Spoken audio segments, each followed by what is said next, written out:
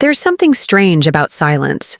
Most men use it as a desperate retreat after she has already pulled away. But the true man, he uses silence as an ultimate weapon. A mirror that forces her to confront everything she tried to escape. You see, when a woman says, "I'm not interested," she's not rejecting you. She's rejecting the version of you that chased her. The version that texted too much, that explained himself, that tried to remind her. That man was predictable, easy to understand, and easy to forget. But when that man disappears, not in anger, not in games, but in a calm, controlled absence, something inside her begins to crack. At first, relief. But days later, when her phone stays quiet, when your name doesn't appear, that silence begins to echo. The truth is, you cannot make her miss you with words. You make her miss you by removing the energy she took for granted. Today, we are not talking about tricks. We are talking about emotional discipline. We are beginning a 7-layer journey of consciousness to understand that a woman can ignore your words, but she can never unfeel your silence. Layer 1. The void. Imagine your attention is like music. When you're desperate, your music is jarring. You turn up the volume, hoping that if it's loud enough, she will have to listen. You text, you explain, but all she hears is noise, and the natural human reaction to noise is to pull away. The silence most men use is the silence of a pouting child. It's still noise screaming, "Look at me ignoring you." But the silence we speak of, it is the void, the deep well. When you stop performing, stop chasing, you create this void. You don't disappear in anger. You disappear in peace. When she looks into that void, she no longer sees the desperate version of you. She only sees her own reflection.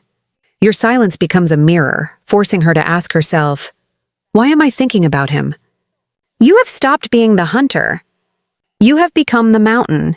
When you dare to create this sacred void, you are ready for the second layer of consciousness. Layer 2. The law of resonance. This is a law that governs the universe. You do not attract what you want. You attract who you are. Think of a tuning fork. If you are a tuning fork vibrating at the frequency of neediness and desperation, you can never resonate with a tuning fork that is looking for strength and wholeness. When she says no, she is not rejecting you. She is simply not resonating with the frequency you are broadcasting. Most men spend their entire lives trying to play their desperate frequency louder. They think if they are richer, funnier, or more handsome, she will have to resonate. But they are still playing the wrong note. The wise man doesn't try to play louder. He silently retunes his own instrument. Her leaving is a gift. It is the clearest feedback from the universe saying, "Your frequency is off. Your job is not to change her. Your job is to retune yourself." When you change your frequency from neediness to wholeness, a miracle happens. The people who are tuned to resonate with the real you, they will appear. And that old tuning fork. She will begin to grow curious about the new song you are playing. Layer 3. The father wound.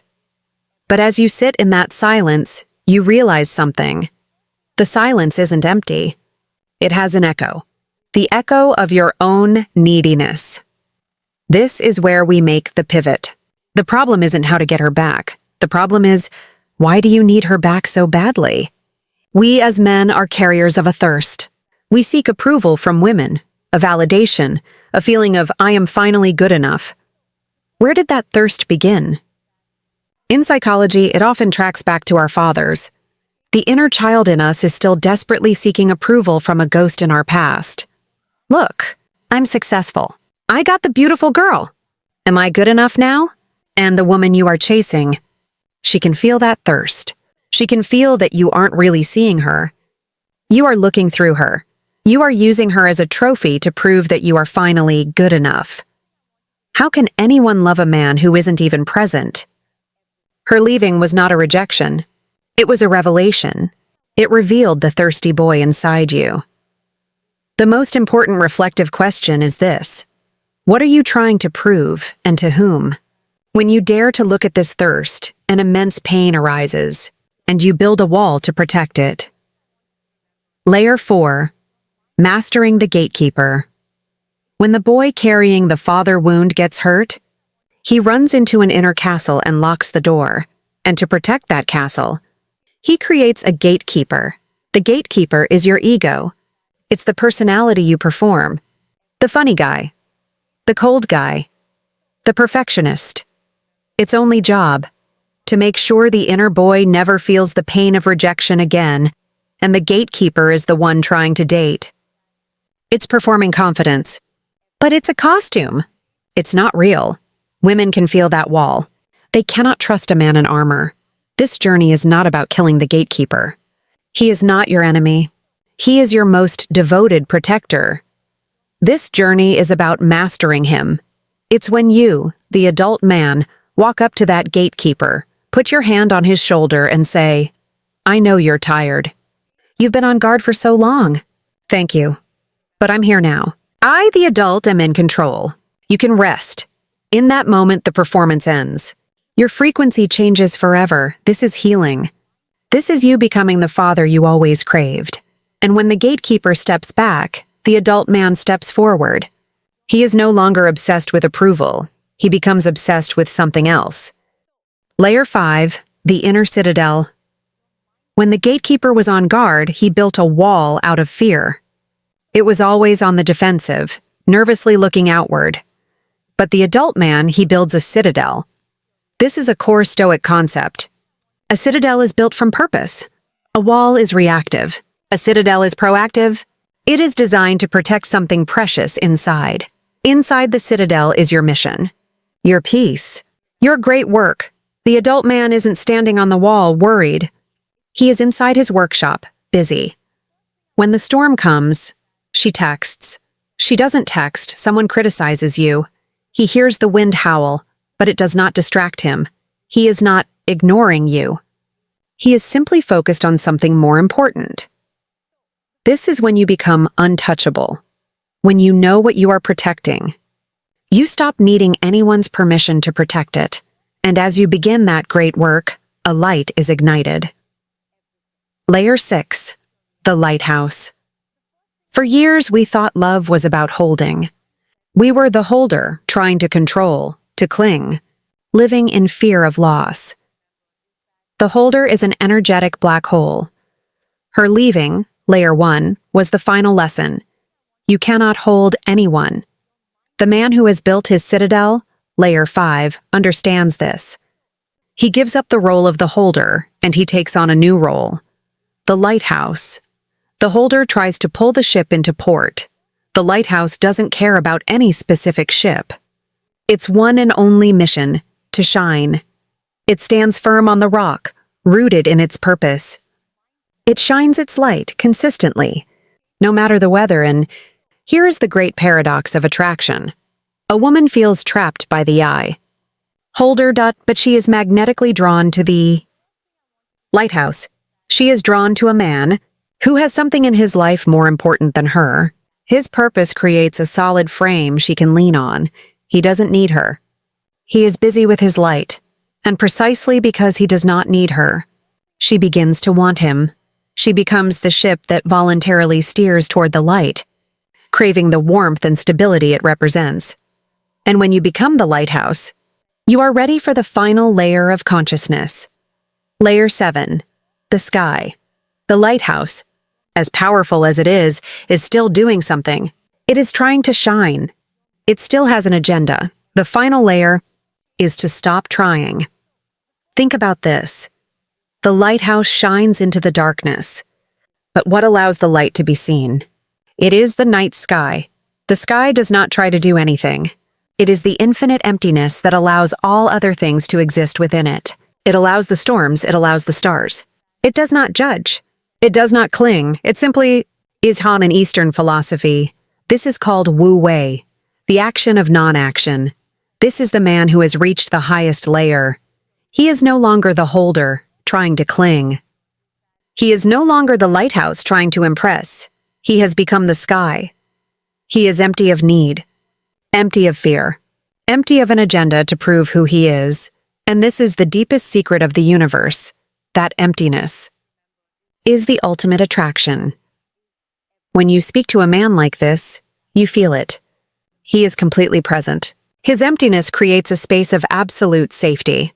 And in that space, you feel permission to be your complete self. And that feeling is the most addictive thing in the world. When the holder makes contact, she feels suffocated. When the lighthouse makes contact, she feels impressed. But when the sky makes contact, she feels free. She can bring her storm to him, and he, the sky, is not shaken. He simply holds the space for her. This is the man no one can leave.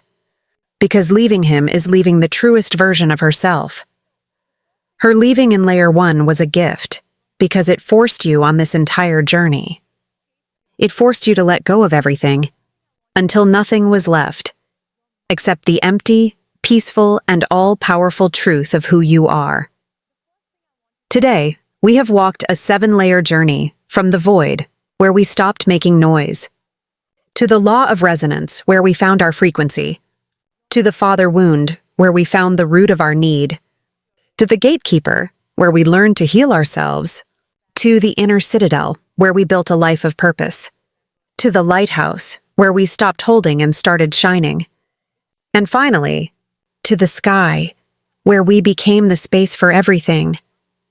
This journey was never about her. It was never about how to get her back. It was always about you. It was about clearing away all the debris, the false beliefs, the masks, until only you remained. The man who has walked this journey no longer plays the game of attraction. He has become attraction itself, and here is your final practice to begin your journey. The practice, the return to sky exercise, 5 minutes. Tonight or tomorrow morning, find 5 minutes of silence, sit down, close your eyes, become aware of the clouds passing through your mind. A cloud of thought about work, a cloud of emotion about her, a cloud of fear. Observe them.